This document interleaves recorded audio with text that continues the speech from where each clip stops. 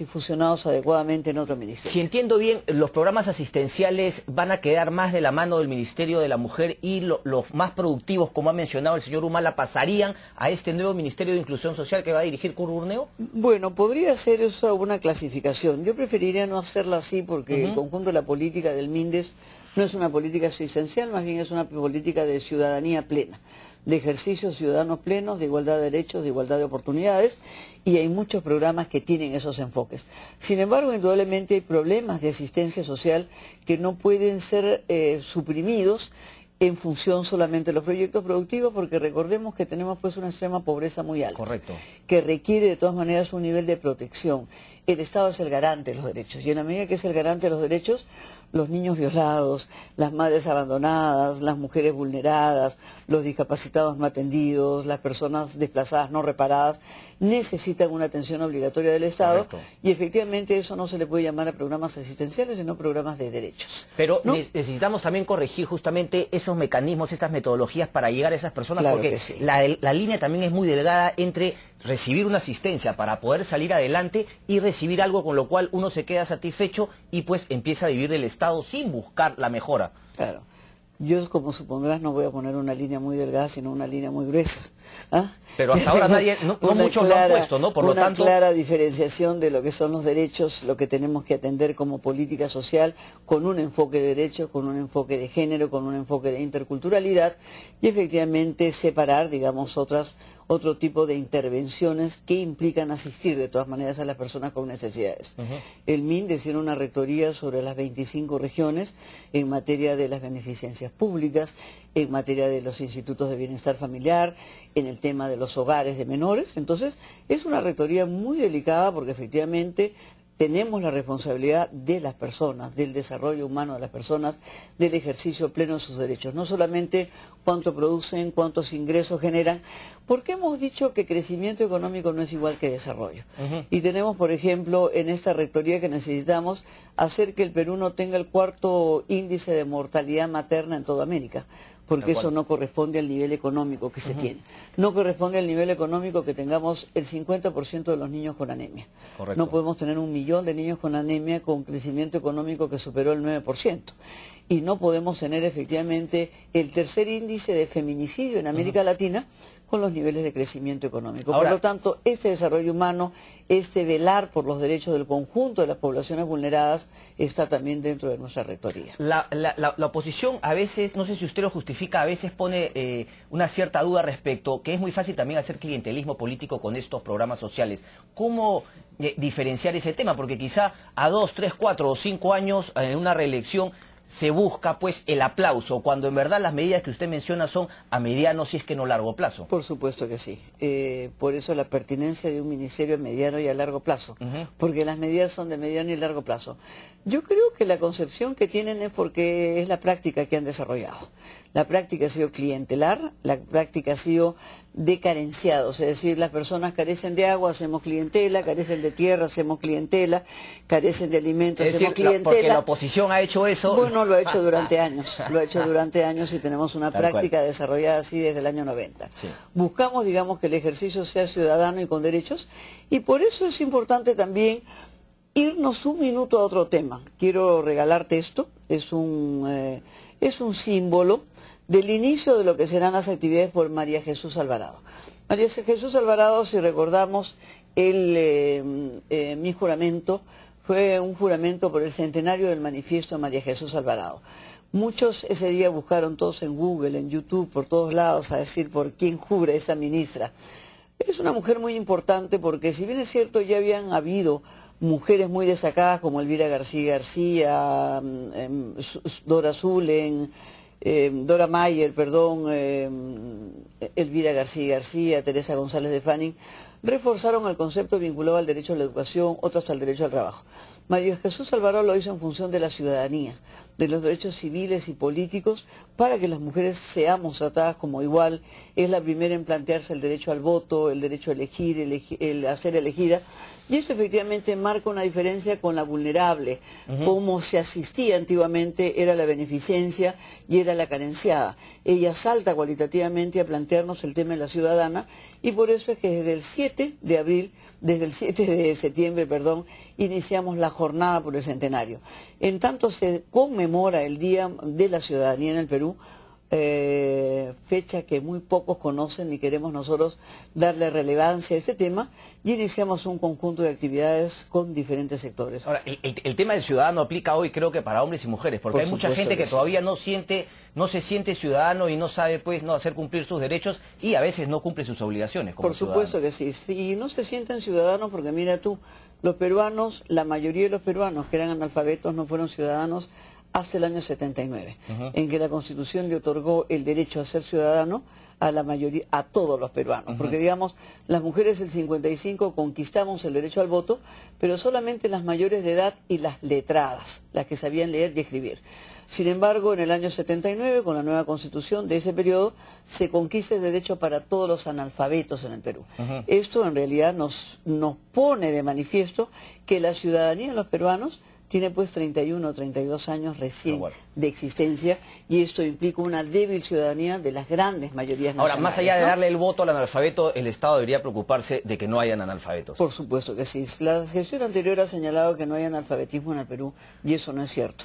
Ya lo estaría proclamando la UNESCO, ya lo estaría proclamando las instituciones que velan por el tema de la educación en el Perú y en el mundo, ¿no? El Perú sigue teniendo tasas de analfabetismo. Entonces, si el gobierno pasado dijo eso, en este gobierno esperaríamos que efectivamente sí se alcance eso. Nosotros tenemos que proponernos metas de erradicar el analfabetismo. Otros países en un quinquenio lo han podido hacer. Yo creo que es un gran reto para el sector de educación, y sobre todo preocuparse del analfabetismo de la niña rural, de la niña amazónica, de esta niña que está tan olvidada y que efectivamente luego será víctima de violencia, luego efectivamente será una niña embarazada con embarazo adolescente, luego será una niña violentada, ministra, y luego será una niña que reproduzca pobreza. Una pregunta, ministra, usted acaba de tocar el tema de la ciudadanía, pues, y la ciudadanía también obviamente uno tiene el derecho de ir a votar o no, pero también tendría que tener el derecho de decidir si quiere votar o no. ¿El voto debe mantenerse obligatorio o debe ser facultativo? Bueno, el voto teóricamente debe ser facultativo, ¿no? Teóricamente. ¿Cómo teóricamente? Teóricamente porque, digamos, pudiese ser lo más democrático aparentemente. Por eso esto es una teoría de la democracia. En términos prácticos, efectivamente, hay un descrédito en la política. Hay un descrédito en la política, hay una baja conciencia cívica del ejercicio de los derechos políticos, y eso haría que una gran cantidad de población no asista a votar como sucede en otros países. Bueno, entonces lo de la ciudadanía es declarativa más que real. No, tiene que también formarse, es tiene que educarse. Tiene que educarse en la ciudadanía, y entonces tenemos que superar el enfoque de carenciadas por el enfoque de ciudadanas y ciudadanos, ¿no? Y el enfoque de carenciados por el enfoque de ciudadanos. Entonces, tenemos aún un débil ejercicio ciudadano, producto que se le ha otorgado a la ciudadanía hace muy pocos años, muy pocas décadas, a diferencia de otros países. O sea, no vivimos la misma situación. Las mujeres, por ejemplo, en Canadá y en Estados Unidos conquistaron pues el derecho al voto en 1920, y en Australia lo consiguieron en el siglo anterior, ¿no? Entonces, nuestras distancias para mujeres que consiguieron la ciudadanía en el año 79 es una distancia abismal de más de medio siglo, y frente a otros lugares del continente, digamos, casi de un siglo. Ese es un proceso educativo muchísimo mayor que se tiene que dar en la escuela, que se tiene que dar a través del Ministerio de Educación, de Cultura, del conjunto de las dimensiones transversales, ¿no? Ministra, estuvieron en Puno. ¿El gobierno debe escuchar a los adubiris, a los líderes no elegidos políticamente, democráticamente?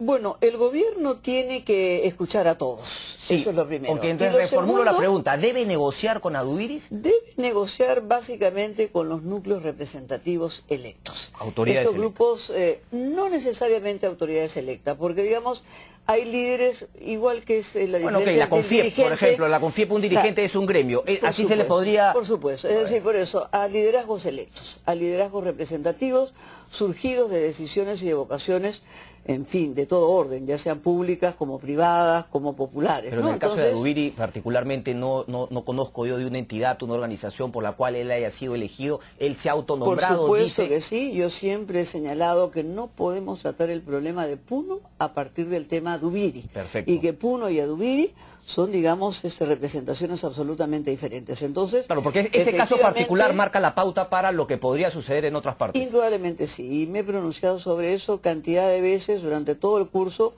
que se produjo entre la primera y la segunda vuelta, que puso en riesgo la votación de Puno, ¿no?